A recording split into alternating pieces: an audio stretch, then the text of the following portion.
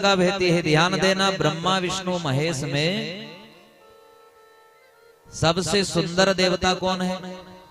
तीन देवता है, ब्रह्मा विष्णु महेश। इन तीनों में सबसे सुंदर देवता कौन से? कोई बताए? तो कहा सबसे सुंदर देवता है महादेव जी।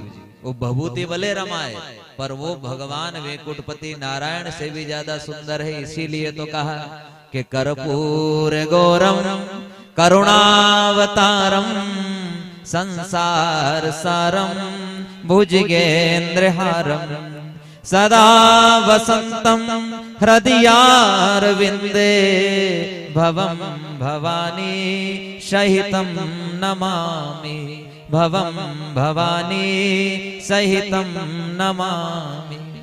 कर्पूर गौरम, कितने सुंदर है? बोले कपूर की तरह गोरे। कपूर कितना रहता है? गोरा। कपूर की तरह गोरे हैं हमारे महादेव जी। श्री श्याम सुंदर जी श्री नारायण श्याम वर्ण के है। ब्रह्मा जी थोड़े सांवले हैं, पर महादेव जी कर्पूर गौरम, कपूर की तरह गोरे हैं। कहा जब तीनों देवता एक हैं, तीनों देवता एक है, तीनों देवता एक है, तो फिर महादेव जी गोरे क्यों है? तो महादेव जी इसलिए गोरे हैं कि जिनके मुख से सतत गंगा बहती है, उनका मुखमंडल सदा सुंदर ही रहता है। जिनके मुख से सतत कथा बहती है, और वो भी श्री हरि की कथा। आप जरा ध्यान देना, शिव जी के मंदिर में कौन कौन जाते हैं जल चढ़ाने? शिव जी के दरबार में। अच्छा बताओ, शिव जी के दरबार में जब आप जाते हो तो वहां कौन कौन देवता बैठे हैं? नंदी जी बैठे हैं, कार्तिक जी बैठे हैं, गणेश जी बैठे हैं, माता भवानी बैठी है, शिव जी विराजमान है, नाग देवता विराजमान है ना? अब जब ये सब बैठे हैं तो इनका वाहन भी तो घर पे ही है। अच्छा, आप अपने ही घर पे वाहन रखोगे ना? आपका है तो, आपकी मोटरसाइकिल है तो अपने ही घर में रखोगे।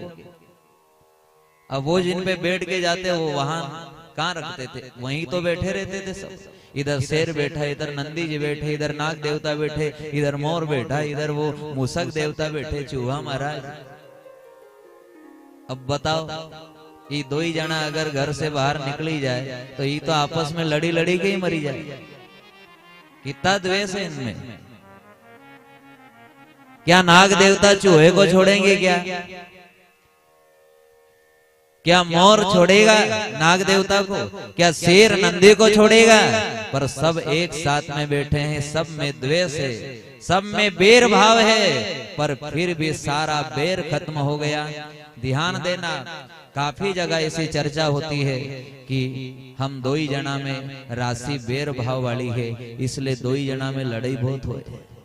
कभी कभी होता है ना, पति पत्नी में बहुत झगड़ा होता है, तो गुरुजी पंचांग खोल के कहते हैं कि तेरा बिल्ली का वर्ण है,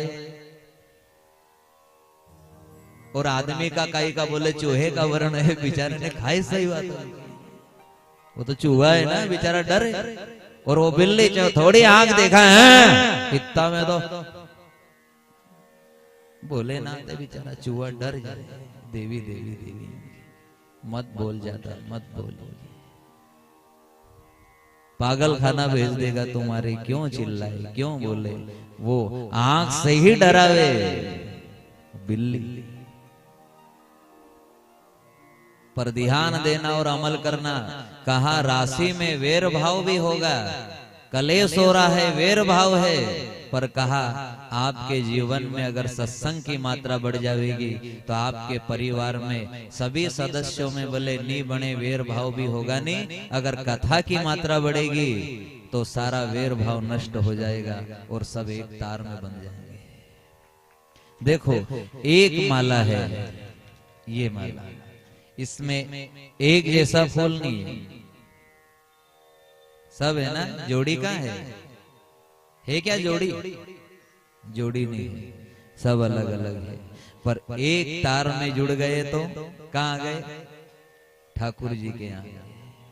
बस इतने में समझ जाओ, घर में सब अलग अलग है पर सत्संग रूपी तार जोड़ देगा आपको, सबको जोड़ देगा।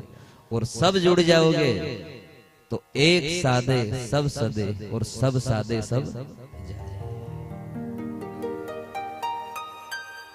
एक सबको बहु से पार कर देगा। बस सत्संग की मात्रा बढ़नी चाहिए। आप शिव दरबार में जाओ तो वहां आपने देखा कि सब एक जगह है। राम दरबार में जाओगे तो सीताराम जी, कृष्ण भगवान के मंदिर में जाओगे तो राधा कृष्ण, और उनका भी समय पक्का है कि भैया 8 बजे पहले आ जाए तो ठीक है, नहीं आए तो पट लगेगा, बाहर बैठा रहे, ठीक। और महादेव जी क्या कह रहे हैं, बोले तो रात की 2 बजे आ जाना रे मेरे, तेरे लिए दरवाजा खुला ही, तो बिल्कुल मत घबरा। बड़े दयालु है महाकाल, इसलिए तो कहा तुलसीदास जी महाराज ने कि गुरु पीतु मात महेश भवानी, गुरु पीतु मात महेश भवानी, गुरु पीतु मातु महेश भवानी, गुरु पीतु मात महेश भवानी, करहु प्रणाम शंभु दीन दानी, करहु प्रणाम शंभु दीन दानी। क्या है करहु प्रणाम शंभु दीन दानी? दया का दान करने वाले महादेव जी है, दया का दान करने वाले महादेव जी है। क्यों? अब दया किनको आवेगी? जिसमें सत्संग की मात्रा ज्यादा है। सत्संग रूपी गंगा कहां बहती है? बोले कैलाश पर बहती है। ये जितनी भी कथाएं हैं, ध्यान देना, जितनी भी श्री हरि की कथाएं हैं, ये सब श्री महादेव जी के मुख से ही प्रकट हुई। ये 88,000 ऋषियों के पास, देव ऋषि नारद जी के पास बाद में पहुंची, पर ये महादेव जी के मुख से प्रकट हुई है। और राम कथा तो 100 करोड़ श्लोक की राम कथा महादेव ने रची, जिसमें देवताओं ने कहा कि इतना बड़ा अमृत का सागर है, आप इसे रखकर क्या करोगे? तो सब देवताओं में बांट दिया और केवल 2 शब्द रूपी अमृत रखा, और वो 2 शब्द है रा और मा। राम। अब राम शब्द में इतने आनंदित हो जाते हैं महादेव जी कि एक बार जब वो राम बोलते हैं तो अखंड समाधि लग जाती है।